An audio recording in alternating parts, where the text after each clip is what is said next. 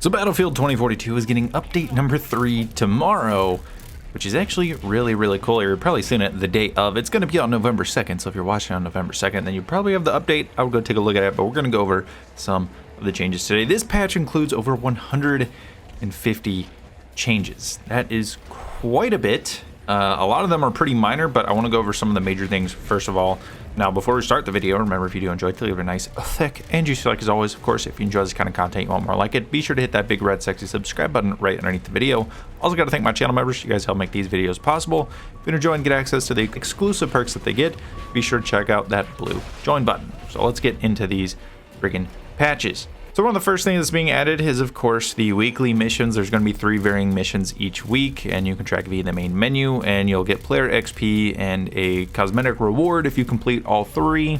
Also some quality of life improvements, just kind of general UI stuff. This is kind of like an overview of all of it. There's nothing too insane up here. To be honest, a lot of these things are pretty minor, so instead of going through each and every one of these 150 changes, let's go over some of the really cool ones. So we've got the IFF improvements, so you can actually see who's friend and who's foe, because why would you just have factions in the game?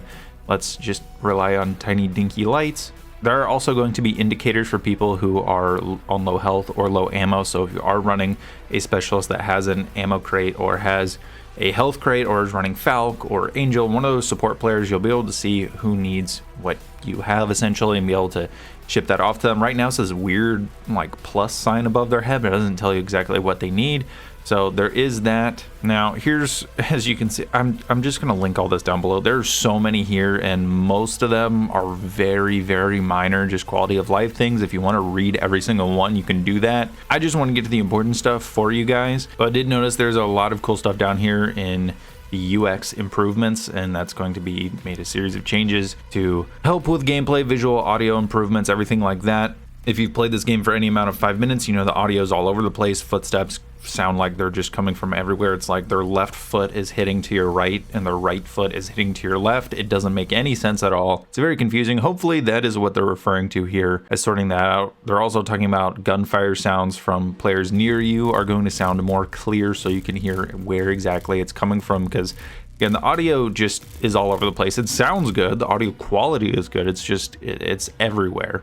They did also add new options to select the damage indicator color for soldiers and vehicles. So if you want to have separate damage colors for either one, it looks like you can add that as well. So that's not just, you know, if you want yellow for soldiers, it's also going to apply to vehicles. Now you can have maybe yellow and red, or red and black, whatever you want to make it, just it works. And then of course, like the crosshair, you can change it from thin, medium to thick. You can now do this for the damage indicator, which is nice because some of the damage indicators just aren't very good, and I would like to really make them stand out some more, at least for me. There are also some changes to Breakthrough. Unfortunately, there's nothing really here that shows that they're going to take some of the objectives off of the top of the skyscrapers, so that's still an issue. They're going to try to add something that helps to pulsate when a team is below 25% of their tickets, so that you can be aware, like, oh, we need to take an objective quickly. But other than that, it's just kind of minor improvements. Down here in the heads-up display area, we'll just drop down a menu.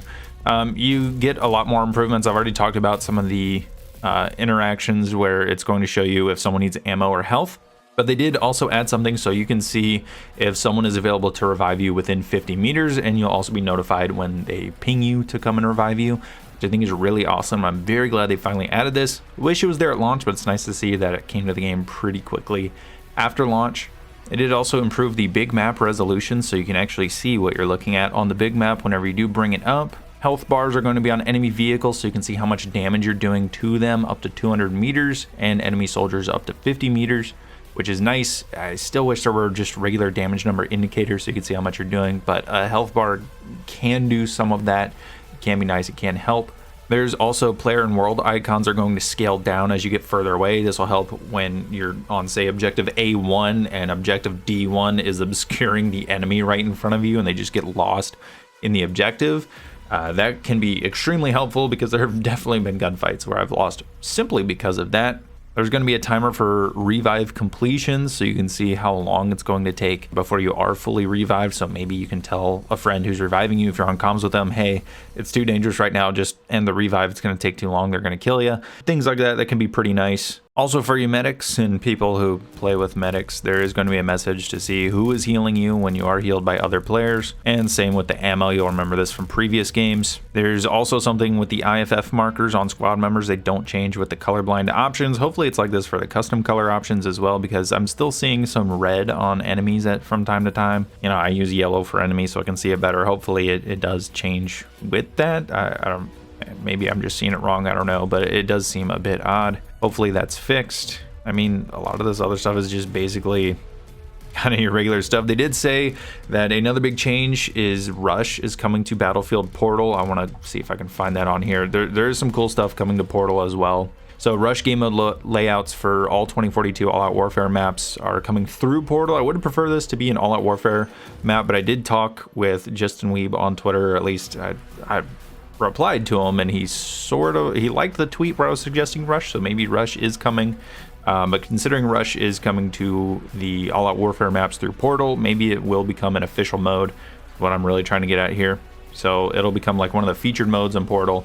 Maybe if it's popular enough, it'll get in the All Out Warfare playlist. That's what I would prefer, but that way you can actually get your progression through playing Portal for your 2042 stuff, and you can have a different mode to play there. Maybe that was the intention all along, but it is good to see that we are getting Rush. I was very excited for that, and I actually made a video for tomorrow about that, but this news dropped anyway, so here we are. There is a vehicle team deathmatch game mode, so for all you Bolt mains out there, if you want to not play War Thunder for some reason, you can play vehicle team deathmatch. That should make for some pretty interesting vehicle-only game modes, and maybe should be pretty fun.